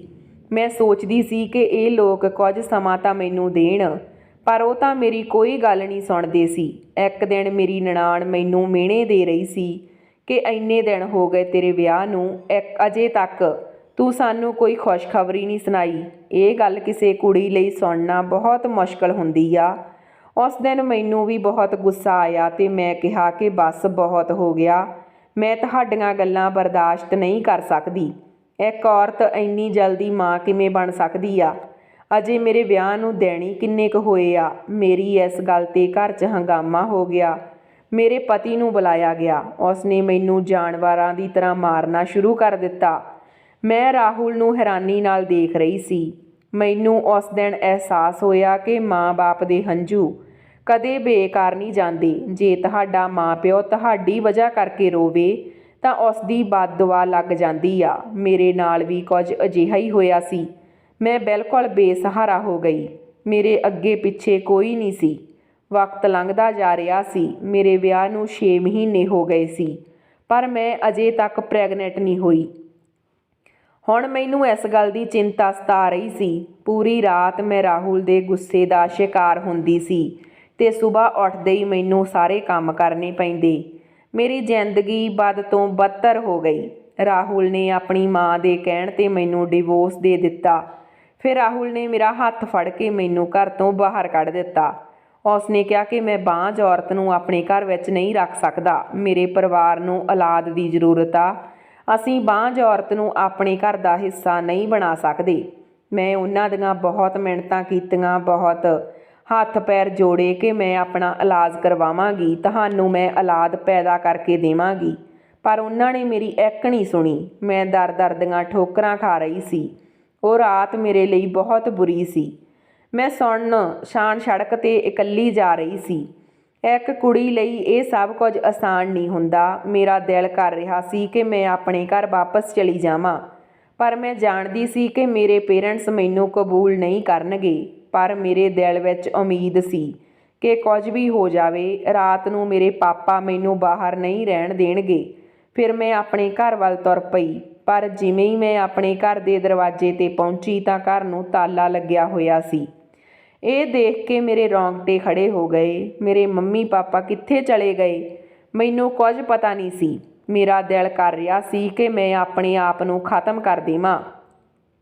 ਜਦੋਂ ਮੈਂ ਗਵਾਂਢੀਆਂ ਤੋਂ ਪੁੱਛਿਆ ਤਾਂ ਉਹਨਾਂ ਨੇ ਮੈਨੂੰ ਦੱਸਿਆ ਕਿ ਤੇਰੇ ਘਰ ਤੋਂ ਬਾਅਦ 2 ਮਹੀਨਿਆਂ ਬਾਅਦ ਹੀ ਉਹ ਇਹ ਘਰ ਛੱਡ ਕੇ ਚਲੇ ਗਏ, ਕਿਉਂਕਿ ਜਿੱਥੇ ਤੇਰਾ ਰਿਸ਼ਤਾ ਹੋਇਆ ਸੀ ਉਹਨਾਂ ਨੇ ਬਹੁਤ ਹੰਗਾਮਾ ਕੀਤਾ ਸੀ।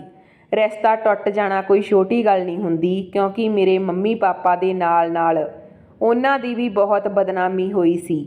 ਇਹ ਸੁਣ ਕੇ ਮੈਂ ਸਿਰ ਫੜ ਕੇ ਆਪਣੇ ਘਰ ਦੀ ਦਹਲੀਜ਼ 'ਤੇ ਬੈਠ ਗਈ।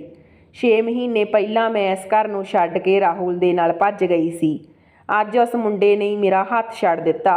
ਅੱਜ ਮੇਰੇ ਕੋਲ ਨਾ ਤਾਂ ਮੇਰੇ ਪੇਰੈਂਟਸ ਸੀ, ਨਾ ਹੀ ਰਾਹੁਲ। ਕੁਝ ਟਾਈਮ ਬੈਠ ਕੇ ਰੋਣ ਤੋਂ ਬਾਅਦ ਮੈਂ ਸੜਕ ਵੱਲ ਤੁਰ ਪਈ। ਮੈਂ ਸੋਚਿਆ ਕਿ ਮੈਂ ਕਿਸੇ ਗੱਡੀ ਹੇਠ ਆ ਕੇ ਆਪਣੀ ਜਾਨ ਦੇ ਦੇਵਾਂਗੀ।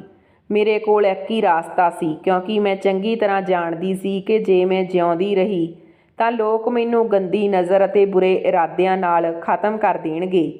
ਮੈਂ ਇੱਕ ਗੱਡੀ ਦੇ ਹੇਠਾਂ ਆਉਂਦੀ, ਉਸ ਤੋਂ ਪਹਿਲਾਂ ਹੀ ਗੱਡੀ ਦੀ ਬ੍ਰੇਕ ਲੱਗ ਗਈ। ਮੈਂ ਆਪਣੀਆਂ ਅੱਖਾਂ ਉੱਪਰ ਹੱਥ ਰੱਖ ਲਿਆ, ਪਰ ਗੱਡੀ 'ਚ ਮੌਜੂਦ ਆਦਮੀ ਨੇ ਗੱਡੀ ਦੇ ਬ੍ਰੇਕ ਲਗਾ ਲਏ। ਮੈਂ ਜਦੋਂ ਆਪਣੀਆਂ ਅੱਖਾਂ 'ਤੇ ਹੱਥ ਚੁੱਕ ਕੇ ਅੱਖਾਂ ਖੋਲ੍ਹੀਆਂ ਤਾਂ ਸਾਹਮਣੇ ਗੱਡੀ ਵਿੱਚ ਔਰਤ ਆਪਣੇ ਸੀਨੇ ਨਾਲ ਹੱਥ ਜੋੜ ਕੇ ਬੈਠੀ ਸੀ। ਉਹ ਮੈਨੂੰ ਗੁੱਸੇ ਭਰੀਆਂ ਨਜ਼ਰਾਂ ਨਾਲ ਦੇਖ ਰਹੀ ਸੀ। ਉਹ ਔਰਤ ਦੇਖਣ 'ਚ ਬਹੁਤ ਅਮੀਰ ਲੱਗ ਰਹੀ ਸੀ। ਉਸ ਦੇ ਕੱਪੜੇ ਆਪਣੀ ਕੀਮਤ ਖੁਦ ਦੱਸ ਰਹੇ ਸੀ। ਮੈਂ ਉਸ ਦੇ ਰਸਤੇ ਤੋਂ ਹਟਣ ਦੀ ਕੋਸ਼ਿਸ਼ ਕੀਤੀ, ਪਰ ਉਸ ਔਰਤ ਨੇ ਗੱਡੀ 'ਚੋਂ ਉਤਰ ਕੇ ਮੇਰਾ ਹੱਥ ਫੜ ਕੇ ਗੱਡੀ 'ਚ ਬਿਠਾ ਲਿਆ। ਮੇਰੇ ਹੱਥ ਪੈਰ ਕੰਬ ਰਹੇ ਸੀ, ਕਿਉਂਕਿ ਮੈਂ ਜਾਣਦੀ ਸੀ ਕਿ ਜਦੋਂ ਇਨਸਾਨ ਅਮੀਰ ਲੋਕਾਂ ਦੇ ਹੱਥ ਲੱਗ ਜਾਂਦੇ ਆ ਤਾਂ ਉਹ ਉਹਨਾਂ ਨੂੰ ਪੁਲਿਸ ਦੇ ਹਵਾਲੇ ਕਰ ਦਿੰਦੇ ਆ। ਪਰ ਮੈਂ ਨਹੀਂ ਜਾਣਦੀ ਸੀ ਕਿ ਮੇਰੀ ਜ਼ਿੰਦਗੀ ਬਦਲਣ ਵਾਲੀ ਆ। ਕਹਿੰਦੇ ਆ ਨਾ, ਰੱਬ ਜੇ ਸਾਨੂੰ ਕਿਸੇ ਮੁਸੀਬਤ ਵਿੱਚ ਪਾਉਂਦਾ ਤਾਂ ਮੁਸੀਬਤ ਵਿੱਚੋਂ ਕੱਢਣਾ ਵੀ ਜਾਣਦਾ। ਕਾਫੀ ਦੇਰ ਤੱਕ ਸਾਡੇ ਦੋਹਾਂ 'ਚ ਖਾਮੋਸ਼ੀ ਰਹੀ। ਫਿਰ ਮੈਂ ਹਿੰਮਤ ਕਰਕੇ ਹੌਲੀ ਆਵਾਜ਼ 'ਚ ਕਿਹਾ, ਮੈਂ ਪੂਰੀ ਤਰ੍ਹਾਂ ਟੁੱਟ ਚੁੱਕੀ ਹਾਂ, ਇਸ ਲਈ ਮੈਂ ਇਹ ਕਦਮ ਚੁੱਕ ਰਹੀ ਸੀ। ਮੈਂ ਜਿਉਣਾ ਨਹੀਂ ਚਾਹੁੰਦੀ। ਮੈਨੂੰ ਮਾਫ਼ ਕਰ ਦਿਓ। ਮੈਂ ਅੱਗੇ ਤੋਂ ਅਜਿਹੀ ਗਲਤੀ ਨਹੀਂ ਕਰਾਂਗੀ। ਪਲੀਜ਼ ਮੈਨੂੰ ਪੁਲਿਸ ਦੇ ਹਵਾਲੇ ਨਾ ਕਰਿਓ, ਕਿਉਂਕਿ ਮੈਨੂੰ ਲੱਗ ਰਿਹਾ ਸੀ ਕਿ ਉਹ ਔਰਤ ਮੈਨੂੰ ਪੁਲਿਸ ਦੇ ਹਵਾਲੇ ਕਰੇਗੀ। ਉਹ ਔਰਤ ਬੋਲੀ, ਤੂੰ ਬੇਫਿਕਰ ਹੋ ਜਾ, ਮੈਂ ਤੈਨੂੰ ਪੁਲਿਸ ਦੇ ਹਵਾਲੇ ਨਹੀਂ ਕਰਾਂਗੀ, ਤੂੰ ਮੇਰੀ ਨੌਕਰੀ ਕਰੇਂਗੀ। ਮੈਂ ਹੈਰਾਨੀ ਨਾਲ ਉਸ ਔਰਤ ਵੱਲ ਦੇਖਿਆ ਤਾਂ ਉਹ ਔਰਤ ਬੋਲੀ, ਮੈਨੂੰ ਆਪਣੇ ਘਰ ਵਿੱਚ ਇੱਕ ਔਰਤ ਦੀ ਜ਼ਰੂਰਤ ਆ ਜੋ ਮੇਰੇ ਘਰ 'ਚ ਸਾਫ਼ ਸਫਾਈ ਦਾ ਕੰਮ ਕਰ ਸਕੇ। ਮੈਂ ਤੈਨੂੰ ਵਧੀਆ ਸੈਲਰੀ ਤੇ ਰਹਿਣ ਦੇ ਲਈ ਵਧੀਆ ਜਗ੍ਹਾ ਦੇਵਾਂਗੀ। ਮੈਂ ਹੈਰਾਨ ਹੋ ਗਈ ਕਿ ਰੱਬ ਇਸ ਤਰ੍ਹਾਂ ਵੀ ਮਿਹਰਬਾਨ ਹੋ ਸਕਦਾ। ਮੈਂ ਉਸ ਨੂੰ ਕੁਝ ਪੁੱਛਣਾ ਚਾਹੁੰਦੀ ਸੀ ਕਿ ਉਸ ਨੂੰ ਆਪਣੇ ਬਾਰੇ ਕੁਝ ਦੱਸਣਾ ਚਾਹੁੰਦੀ ਸੀ, ਪਰ ਉਸ ਔਰਤ ਨੇ ਮੈਨੂੰ ਮੌਕਾ ਹੀ ਨਹੀਂ ਦਿੱਤਾ। ਉਹ ਔਰਤ ਬਿਲਕੁਲ ਚੁੱਪ ਸੀ। ਫਿਰ ਗੱਡੀ ਇੱਕ ਪਾਸੇ ਬਹੁਤ ਵੱਡੇ ਬੰਗਲੇ ਦੇ ਅੱਗੇ ਰੁਕੀ। ਮੇਰਾ ਦਿਲ ਬੇਵਜ੍ਹਾ ਧੜਕ ਉੱਠਿਆ। ਉਹ ਬੰਗਲਾ ਦੇਖਣ 'ਚ ਬਹੁਤ ਆਲੀਸ਼ਾਨ ਸੀ। ਮੈਂ ਸਮਝ ਗਈ ਕਿ ਇਹ ਔਰਤ ਬਹੁਤ ਅਮੀਰ ਆ। ਉਸ ਔਰਤ ਨੇ ਕਿਹਾ, ਮੇਰੇ ਨਾਲ ਕੋਈ ਵੀ ਨਹੀਂ ਰਹਿੰਦਾ, ਮੈਂ ਬਿਲਕੁਲ ਇਕੱਲੀ ਰਹਿੰਦੀ ਹਾਂ। ਮੇਰਾ ਬੇਟਾ ਦੁਬਈ ਵਿੱਚ ਆ। ਉਹ ਬਹੁਤ ਉਦਾਸ ਲੱਗ ਰਹੀ ਸੀ। ਇਹ ਕਹਿ ਕੇ ਉਹ ਅੱਗੇ ਚੱਲ ਪਈ। ਮੈਂ ਵੀ ਉਸ ਦੇ ਪਿੱਛੇ ਜਾ ਰਹੀ ਸੀ। ਉਸਨੇ ਕਿਹਾ, ਤੈਨੂੰ ਜ਼ਿਆਦਾ ਕੰਮ ਨਹੀਂ ਹੋਵੇਗਾ, ਸਿਰਫ ਮੇਰੀ ਸੇਵਾ ਕਰਨੀ ਆ ਅਤੇ ਮੈਨੂੰ ਖੁਸ਼ ਕਰਨਾ। ਸਮਾਂ ਇਸੇ ਤਰ੍ਹਾਂ ਲੰਘਦਾ ਗਿਆ। ਮੈਂ ਉਸ ਦੇ ਸਾਰੇ ਕੰਮ ਕਰਦੀ ਰਹੀ। ਉਹਦੇ ਕੱਪੜੇ ਪ੍ਰੈਸ ਕਰਨਾ, ਉਸ ਲਈ ਕੱਪੜੇ ਕੱਢ ਕੇ ਰੱਖਣੇ, ਗੀਜ਼ਰ ਔਨ ਕਰਨਾ, ਨਾਸ਼ਤਾ ਬਣਾਉਣਾ, ਜੁੱਤੇ ਪਾਲਿਸ਼ ਕਰਨਾ। ਇਸ ਤਰ੍ਹਾਂ ਦੇ ਹਰ ਛੋਟੇ ਮੋਟੇ ਕੰਮ ਮੈਂ ਕਰਦੀ ਸੀ। ਮੇਰੇ ਤੋਂ ਇਲਾਵਾ ਘਰ ਵਿੱਚ ਹੋਰ ਬਹੁਤ ਕਰਮਚਾਰੀ ਸੀ, ਪਰ ਘਰ ਜਿੰਨਾ ਬਾਹਰੋਂ ਦੇਖਣ 'ਚ ਆਲੀਸ਼ਾਨ ਸੀ, ਓਨਾ ਹੀ ਅੰਦਰੋਂ ਸੋਹਣਾ ਸੀ। ਉਸ ਘਰ ਵਿੱਚ ਹਰ ਇੱਕ ਚੀਜ਼ ਬਹੁਤ ਕੀਮਤੀ ਸੀ, ਪਰ ਉਸ ਘਰ ਵਿੱਚ ਰਹਿਣ ਵਾਲਾ ਕੋਈ ਵੀ ਨਹੀਂ ਸੀ, ਸਿਵਾਏ 4-5 ਨੌਕਰਾਂ ਦੇ। ਉਸ ਘਰ ਵਿੱਚ ਰਹਿਣ ਵਾਲੇ 4-5 ਨੌਕਰ ਅਤੇ ਇੱਕ ਘਰ ਦੀ ਮਾਲਕਣ ਸੀ, ਜੋ ਬਹੁਤ ਉਦਾਸ ਰਹਿੰਦੀ ਸੀ। ਇਸ ਤਰ੍ਹਾਂ ਲੱਗਦਾ ਸੀ ਜਿਵੇਂ ਉਹ ਬਹੁਤ ਵੱਡਾ ਗਮ ਆਪਣੇ ਦੁੱਖ ਵਿੱਚ ਦਿਲ ਵਿੱਚ ਛੁਪਾ ਕੇ ਬੈਠੀ ਆ। ਮੇਰੀ ਜ਼ਿੰਦਗੀ ਹੌਲੀ ਹੌਲੀ ਸਕੂਨ ਭਰੀ ਹੁੰਦੀ ਜਾ ਰਹੀ ਸੀ। ਮੈਂ ਇਹ ਕੰਮ ਆਪਣੇ ਸਹੁਰੇ ਘਰ ਵੀ ਕਰਦੀ ਸੀ, ਪਰ ਬਿਨਾਂ ਵਜ੍ਹਾ ਦੇ ਮਾਰ ਕੁੱਟ, ਤਾਨੇ ਮਿਹਣੇ ਅਤੇ ਜਾਨਵਰਾਂ ਦੀ ਤਰ੍ਹਾਂ ਸਲੂਕ ਕੀਤਾ ਜਾਂਦਾ ਸੀ। ਪਰ ਇੱਥੇ ਅਜਿਹਾ ਬਿਲਕੁਲ ਵੀ ਨਹੀਂ ਸੀ। ਪਰ ਇਹ ਔਰਤ ਮੇਰਾ ਬਹੁਤ ਖਿਆਲ ਰੱਖਦੀ, ਬਿਲਕੁਲ ਮੇਰੀ ਮਾਂ ਦੀ ਤਰ੍ਹਾਂ ਬਿਹੇਵ ਕਰਦੀ। ਕਾਫੀ ਦੇਰ ਬਾਅਦ ਉਸ ਔਰਤ ਨੇ ਮੇਰੇ ਤੋਂ ਮੇਰੀ ਕਹਾਣੀ ਪੁੱਛੀ ਕਿ ਤੂੰ ਆਤਮ ਹੱਤਿਆ ਕਿਉਂ ਕਰ ਰਹੀ ਸੀ। ਜਦੋਂ ਮੈਂ ਉਸ ਨੂੰ ਆਪਣੀ ਦਾਸਤਾਨ ਸੁਣਾਈ ਤਾਂ ਉਸ ਨੇ ਮੇਰੇ ਸਿਰ ਉੱਪਰ ਹੱਥ ਰੱਖਿਆ ਅਤੇ ਕਿਹਾ, ਹਰ ਮੁਸ਼ਕਲ ਤੋਂ ਬਾਅਦ ਜ਼ਿੰਦਗੀ ਆਸਾਨ ਹੋ ਜਾਂਦੀ ਆ, ਪਰ ਜੋ ਲੋਕ ਮੁਸ਼ਕਲ ਤੋਂ ਡਰ ਕੇ ਆਤਮ ਹੱਤਿਆ ਕਰਦੇ ਆ, ਉਹ ਲੋਕ ਬੇਵਕੂਫ ਹੁੰਦੇ ਆ। ਮੈਂ ਚੁੱਪ ਹੋ ਗਈ। ਮੈਂ ਉਸ ਔਰਤ ਨੂੰ ਕੀ ਦੱਸਦੀ ਕਿ ਮੈਂ ਬੇਵਕੂਫ ਨਹੀਂ ਸੀ। ਮੇਰੀ ਸਥਿਤੀ ਹੀ ਅਜਿਹੀ ਹੋ ਗਈ ਸੀ। ਮੈਂ ਜਿਉਣ ਦੀ ਇੱਛਾ ਹੀ ਖਤਮ ਕਰ ਲਈ ਸੀ। ਸਮਾਂ ਹੌਲੀ ਹੌਲੀ ਲੰਘਦਾ ਗਿਆ। ਮੈਨੂੰ ਉਸ ਔਰਤ ਦੇ ਘਰ ਆਏ ਹੋਏ ਕਾਫੀ ਸਮਾਂ ਹੋ ਗਿਆ ਸੀ। ਹੌਲੀ ਹੌਲੀ ਮੈਨੂੰ ਇਸ ਤਰ੍ਹਾਂ ਮਹਿਸੂਸ ਹੋਣ ਲੱਗਿਆ ਕਿ ਜਦੋਂ ਮੈਂ ਘਰ ਦੇ ਕੰਮ ਕਰਕੇ ਆਪਣੇ ਕਮਰੇ ਵਿੱਚ ਸੌਣ ਦੇ ਲਈ ਜਾਂਦੀ ਸੀ ਤਾਂ ਜਿਵੇਂ ਕੋਈ ਪੌੜੀਆਂ ਉੱਪਰੋਂ ਚੜ੍ਹ ਕੇ ਛੱਤ 'ਤੇ ਜਾ ਰਿਹਾ ਹੋਵੇ। ਪਰ ਹਰ ਵਾਰ ਮੈਨੂੰ ਇਹ ਸੋਚ ਲੈਂਦੀ ਕਿ ਮੇਰਾ ਵਹਿਮ ਆ। ਉਸ ਰਾਤ ਵੀ ਜਦੋਂ ਮੇਰੀ ਅਚਾਨਕ ਅੱਖ ਖੁੱਲ੍ਹੀ ਤਾਂ ਇਸ ਤਰ੍ਹਾਂ ਲੱਗਿਆ ਜਿਵੇਂ ਕੋਈ ਪੌੜੀਆਂ ਉੱਪਰੋਂ ਜਾ ਰਿਹਾ। ਅੱਜ ਮੈਂ ਜਲਦੀ ਨਾਲ ਬਾਹਰ ਆ ਗਈ, ਕਿਉਂਕਿ ਮੈਂ ਦੇਖਣਾ ਚਾਹੁੰਦੀ ਸੀ ਕਿ ਹਰ ਰੋਜ਼ ਅੱਧੀ ਰਾਤ ਨੂੰ ਛੱਤ 'ਤੇ ਕੌਣ ਜਾਂਦਾ। ਜਦੋਂ ਮੈਂ ਬਾਹਰ ਆ ਕੇ ਦੇਖਿਆ ਤਾਂ ਮੇਰੀਆਂ ਅੱਖਾਂ ਖੁੱਲ੍ਹੀਆਂ ਦੀਆਂ ਖੁੱਲ੍ਹੀਆਂ ਰਹਿ ਗਈਆਂ, ਕਿਉਂਕਿ ਛੱਤ ਉੱਪਰ ਜਾਣ ਵਾਲਾ ਕੋਈ ਹੋਰ ਨਹੀਂ ਬਲਕਿ ਮੇਰੀ ਮਾਲਕਣ ਹੀ ਸੀ। ਮੈਂ ਡਰ ਗਈ ਕਿ ਮਾਲਕਣ ਇਸ ਵਕਤ ਛੱਤ ਉੱਪਰ ਕਿਉਂ ਜਾ ਰਹੀ ਆ। ਜਦੋਂ ਮੈਂ ਘੜੀ 'ਤੇ ਟਾਈਮ ਦੇਖਿਆ ਤਾਂ ਰਾਤ ਦੇ 2 ਵੱਜ ਰਹੇ ਸੀ। ਮੇਰੇ ਰੌਂਗਟੇ ਖੜ੍ਹੇ ਹੋ ਗਏ ਕਿ ਆਖਰ ਮਾਲਕਣ ਛੱਤ 'ਤੇ ਜਾ ਕੇ ਕੀ ਕਰਦੀ ਆ। ਕਾਫੀ ਟਾਈਮ ਮੈਂ ਇਹ ਸੋਚਦੀ ਰਹੀ ਕਿ ਮੈਨੂੰ ਛੱਤ ਉੱਪਰ ਜਾਣਾ ਚਾਹੀਦਾ ਜਾਂ ਨਹੀਂ। ਫਿਰ ਮੈਂ ਇਹ ਸੋਚ ਕੇ ਕਮਰੇ 'ਚ ਚਲੀ ਗਈ ਕਿ ਜੇ ਕੱਲ੍ਹ ਰਾਤ ਨੂੰ ਫਿਰ ਮਾਲਕਣ ਉੱਪਰ ਗਈ ਤਾਂ ਮੈਂ ਦਿਨ ਵਿੱਚ ਪੁੱਛਾਂਗੀ ਕਿ ਤੁਸੀਂ ਛੱਤ 'ਤੇ ਕੀ ਕਰਨ ਜਾਂਦੇ ਹੋ। ਪਰ ਮੈਨੂੰ ਇਸ ਗੱਲ ਦਾ ਅੰਦਾਜ਼ਾ ਨਹੀਂ ਸੀ ਕਿ ਮੇਰੇ ਸਾਹਮਣੇ ਕੀ ਸੱਚ ਆਉਣ ਵਾਲਾ। ਅਗਲੇ ਦਿਨ ਫਿਰ ਮੈਨੂੰ ਜਦੋਂ ਅਹਿਸਾਸ ਹੋਇਆ ਕਿ ਮਾਲਕਣ ਉੱਪਰ ਜਾ ਰਹੀ ਆ ਤਾਂ ਮੈਂ ਕਮਰੇ ਵਿੱਚ ਬਾਹਰ ਆ ਕੇ ਦੇਖਿਆ ਤਾਂ ਮਾਲਕਣ ਛੱਤ 'ਤੇ ਜਾ ਰਹੀ ਸੀ। ਮੇਰਾ ਦਿਲ ਬੇਵਜ੍ਹਾ ਧੜਕ ਉੱਠਿਆ। ਮੈਨੂੰ ਪਤਾ ਨਹੀਂ ਇਸ ਤਰ੍ਹਾਂ ਕਿਉਂ ਲੱਗ ਰਿਹਾ ਸੀ। ਮੈਨੂੰ ਉਸ ਔਰਤ ਦੇ ਪਿੱਛੇ ਜਾਣਾ ਚਾਹੀਦਾ। ਜ਼ਰੂਰ ਉਹ ਔਰਤ ਕੁਝ ਨਾ ਕੁਝ ਛੁਪਾ ਰਹੀ ਆ। ਮੈਨੂੰ ਆਪਣੀ ਮਾਲਕਣ 'ਤੇ ਸ਼ੱਕ ਹੋ ਰਿਹਾ ਸੀ ਕਿ ਇਹ ਔਰਤ ਕੁਝ ਗਲਤ ਕਰ ਰਹੀ ਆ। ਮੈਨੂੰ ਬਹੁਤ ਡਰ ਲੱਗ ਰਿਹਾ ਸੀ। ਮੈਂ ਸੋਚ ਰਹੀ ਸੀ ਕਿ ਇੱਕ ਔਰਤ ਦਾ ਅੱਧੀ ਰਾਤ ਨੂੰ ਛੱਤ ਉੱਪਰ ਜਾਣਾ ਖਤਰੇ ਤੋਂ ਖਾਲੀ ਨਹੀਂ। ਮੈਂ ਹੌਲੀ ਹੌਲੀ ਬਿਨਾਂ ਆਵਾਜ਼ ਕੀਤੇ ਮਾਲਕਣ ਦੇ ਪਿੱਛੇ ਪਿੱਛੇ ਛੱਤ ਉੱਪਰ ਜਾ ਰਹੀ ਸੀ। ਮੇਰੇ ਹੱਥ ਪੈਰ ਕੰਬ ਰਹੇ ਸੀ, ਪਰ ਜਿਵੇਂ ਹੀ ਮੈਂ ਉੱਪਰ ਜਾ ਕੇ ਛੱਤ ਦਾ ਦ੍ਰਿਸ਼ ਦੇਖਿਆ ਤਾਂ ਮੇਰੇ ਪੈਰਾਂ ਹੇਠੋਂ ਜ਼ਮੀਨ ਨਿਕਲ ਗਈ। ਮੈਨੂੰ ਇਸ ਤਰ੍ਹਾਂ ਲੱਗ ਰਿਹਾ ਸੀ ਜਿਵੇਂ ਅਸਮਾਨ ਮੇਰੇ ਸਿਰ 'ਤੇ ਫਟ ਗਿਆ ਹੋਵੇ। ਮੈਂ ਕਦੇ ਨਹੀਂ ਸੋਚਿਆ ਕਿ ਇਹ ਔਰਤ ਜੋ ਸਭ ਨੂੰ ਆਪਣੇ ਆਪ ਨੂੰ ਬਹੁਤ ਖੁਸ਼ ਦਿਖਾਉਂਦੀ ਆ ਅਤੇ ਸਭ ਦੀ ਮਦਦ ਕਰਦੀ ਆ, ਅਸਲ 'ਚ ਇੰਨੀ ਦੁਖੀ ਹੋਵੇਗੀ। ਉਹ ਔਰਤ ਅਸਮਾਨ ਵੱਲ ਦੇਖ ਕੇ ਰੋ ਰਹੀ ਸੀ। ਉਹ ਔਰਤ ਅਸਮਾਨ ਵੱਲ ਝੋਲੀ ਫੈਲਾ ਕੇ ਉੱਚੀ ਉੱਚੀ ਰੋ ਰੋ ਕੇ ਬੋਲ ਰਹੀ ਸੀ ਕਿ ਹੇ ਰੱਬਾ, ਤੇਰੇ ਕੋਲ ਤਾਂ ਸਭ ਕੁਝ ਆ, ਤੂੰ ਤਾਂ ਸਭ ਕੁਝ ਕਰ ਸਕਦਾ। ਮੈਨੂੰ ਮੇਰਾ ਬੇਟਾ ਵਾਪਸ ਕਰ ਦੇ। ਮੈਂ ਇਹਨਾਂ ਨੌਕਰਾਂ ਦੇ ਸਹਾਰੇ ਕਿਵੇਂ ਜ਼ਿੰਦਗੀ ਕੱਟਾਂ। ਮੈਨੂੰ ਮੇਰਾ ਬੇਟਾ ਚਾਹੀਦਾ। ਮੈਨੂੰ ਪੈਸਾ ਨਹੀਂ ਚਾਹੀਦਾ। ਰੱਬਾ, ਤੂੰ ਤਾਂ ਮੇਰੇ ਹਾਲ ਤੋਂ ਜਾਣੀ ਜਾਣ ਆ। ਮੈਨੂੰ ਮੇਰਾ ਬੇਟਾ ਵਾਪਸ ਦੇ ਦੇ। ਮੇਰੀਆਂ ਅੱਖਾਂ 'ਚ ਹੰਝੂ ਆ ਗਏ। ਉਸ ਔਰਤ ਦੀ ਦਰਦ ਭਰੀ ਆਵਾਜ਼ ਨੇ ਮੇਰਾ ਸੀਨਾ ਚੀਰ ਦਿੱਤਾ ਅੱਜ ਮੈਨੂੰ ਆਪਣੀ ਗਲਤੀ ਦਾ ਅਹਿਸਾਸ ਹੋਇਆ ਸੀ ਕਿ ਜਦੋਂ ਮੈਂ ਆਪਣੇ ਮੰਮੀ ਪਾਪਾ ਨੂੰ ਛੱਡ ਕੇ ਰਾਹੁਲ ਦੇ ਨਾਲ ਘਰੋਂ ਭੱਜ ਗਈ ਸੀ, ਉਦੋਂ ਮੇਰੇ ਮੰਮੀ ਪਾਪਾ ਵੀ ਇਸੇ ਤਰ੍ਹਾਂ ਰੋਏ ਹੋਵੇਗਾ। ਮੇਰੀਆਂ ਅੱਖਾਂ ਦੇ ਸਾਹਮਣੇ ਪਿਆਰ ਭਰੇ ਪਲ ਆ ਰਹੇ ਸੀ ਜਦੋਂ ਮੈਂ ਆਪਣੀ ਮੰਮੀ ਦੀ ਗੋਦ 'ਚ ਸਿਰ ਰੱਖ ਕੇ ਪੈ ਜਾਂਦੀ ਸੀ। ਇਹਨਾਂ ਤੋਂ ਖੂਬ ਲਾਡ ਪਿਆਰ ਲੈਂਦੀ ਸੀ। ਅੱਜ ਉਹਨਾਂ ਦਾ ਨਾ ਹੋਣਾ ਮੈਨੂੰ ਪੂਰੀ ਤਰ੍ਹਾਂ ਤੋੜ ਰਿਹਾ ਸੀ। ਮੈਂ ਟੁੱਟੇ ਦਿਲ ਨਾਲ ਹੇਠਾਂ ਆ ਗਈ, ਪਰ ਮੈਂ ਹੁਣ ਆਪਣੇ ਇਰਾਦੇ ਮਜ਼ਬੂਤ ਕਰ ਲਏ। ਮੈਂ ਸੋਚ ਲਿਆ ਕਿ ਮੈਂ ਇਸ ਔਰਤ ਦੀ ਇੰਨੀ ਸੇਵਾ ਕਰਾਂਗੀ ਕਿ ਰੱਬ ਮੇਰੇ ਤੋਂ ਖੁਸ਼ ਹੋ ਕੇ ਮੇਰੇ ਮੰਮੀ ਪਾਪਾ ਨੂੰ ਮਿਲਾ ਦੇਵੇਗਾ। ਮੈਂ ਆਪਣੀ ਸੋਚ ਨੂੰ ਸੱਚ ਕਰ ਦਿੱਤਾ। ਮੈਂ ਉਸ ਔਰਤ ਦੀ ਬਹੁਤ ਸੇਵਾ ਕੀਤੀ। ਉਹ ਔਰਤ ਰੋਜ਼ ਛੱਤ 'ਤੇ ਜਾ ਕੇ ਉੱਚੀ ਉੱਚੀ ਰੋਂਦੀ ਤੇ ਰੱਬ ਨੂੰ ਆਪਣਾ ਬੇਟਾ ਵਾਪਸ ਮੰਗਦੀ। ਮੇਰੀ ਵੀ ਰੱਬ ਅੱਗੇ ਇਹੀ ਅਰਦਾਸ ਸੀ ਕਿ ਉਸ ਔਰਤ ਦਾ ਬੇਟਾ ਵਾਪਸ ਆ ਜਾਵੇ। ਕਹਿੰਦੇ ਆ ਨਾ, ਜਦੋਂ ਕੋਈ ਤੜਫ ਕੇ ਕਿਸੇ ਨੂੰ ਰੱਬ ਕੋਲੋਂ ਮੰਗਦਾ ਹੈ ਪਰ ਰੱਬ ਉਸ ਨੂੰ ਵਾਪਸ ਭੇਜ ਦਿੰਦਾ। ਲਗਭਗ 1 ਸਾਲ ਬਾਅਦ ਉਸ ਔਰਤ ਦਾ ਬੇਟਾ ਆਪਣੇ ਬੇਟੇ ਨਾਲ ਵਾਪਸ ਆਇਆ। ਉਸ ਨੇ ਦੱਸਿਆ ਕਿ ਮੇਰੀ ਪਤਨੀ ਦੀ ਮੌਤ ਹੋ ਗਈ। ਉਸ ਔਰਤ ਨੇ ਉਸ ਨੂੰ ਮਿਲ ਕੇ ਬਹੁਤ ਹੰਝੂ ਬਹਾਏ ਸੀ। ਉਸ ਮਾਸੂਮ ਬੱਚੇ ਨੂੰ ਦੇਖ ਕੇ ਮੈਨੂੰ ਆਪਣੀ ਔਲਾਦ ਦੀ ਤੜਫ ਮਹਿਸੂਸ ਹੋ ਰਹੀ ਸੀ। ਕਹਿੰਦੇ ਆ ਨਾ, ਜਿਸ ਚੀਜ਼ ਨੂੰ ਦੇਖ ਕੇ ਤੁਸੀਂ ਤੜਫ ਉੱਠੋ, ਰੱਬ ਤੁਹਾਨੂੰ ਜ਼ਰੂਰ ਦਿੰਦਾ। ਉਸ ਔਰਤ ਨੇ ਮੇਰੀ ਸੇਵਾ ਨੂੰ ਨਹੀਂ ਭੁਲਾਇਆ ਸੀ। ਉਸ ਨੇ ਆਪਣੇ ਬੇਟੇ ਦੇ ਆਉਂਦੇ ਹੀ ਜ਼ੋਰ ਜ਼ਬਰਦਸਤੀ ਮੇਰਾ ਵਿਆਹ ਆਪਣੇ ਬੇਟੇ ਨਾਲ ਕਰਵਾ ਦਿੱਤਾ। ਮੈਂ ਹੈਰਾਨ ਰਹਿ ਗਈ ਸੀ। ਮੈਂ ਤਾਂ ਉਸ ਦੇ ਘਰ ਦੀ ਨੌਕਰਾਣੀ ਸੀ। ਉਹ ਇਸ ਤਰ੍ਹਾਂ ਕਿਵੇਂ ਕਰ ਸਕਦੀ ਸੀ? ਪਰ ਉਸ ਔਰਤ ਨੇ ਮੇਰੀ ਇੱਕ ਨਹੀਂ ਸੁਣੀ। ਮੈਂ ਦਿਲ ਹੀ ਦਿਲ ਵਿੱਚ ਬਹੁਤ ਡਰੀ ਹੋਈ ਸੀ ਕਿ ਪਤਾ ਨਹੀਂ ਇਹ ਆਦਮੀ ਕਿਹੋ ਜਿਹਾ ਹੋਵੇਗਾ। ਪਰ ਉਹ ਇੱਕ ਇਨਸਾਨ ਸੀ। ਉਸ ਦੇ ਅੰਦਰ ਇਨਸਾਨੀਅਤ ਸੀ। ਪਰ ਉਸ ਨੇ ਮੈਨੂੰ ਨਾ ਤਾਂ ਕਦੇ ਬਾਂਝ ਕਿਹਾ ਸੀ, ਨਾ ਹੀ ਕੋਈ ਤਾਨਾ ਮੇਣਾ ਦਿੱਤਾ ਸੀ।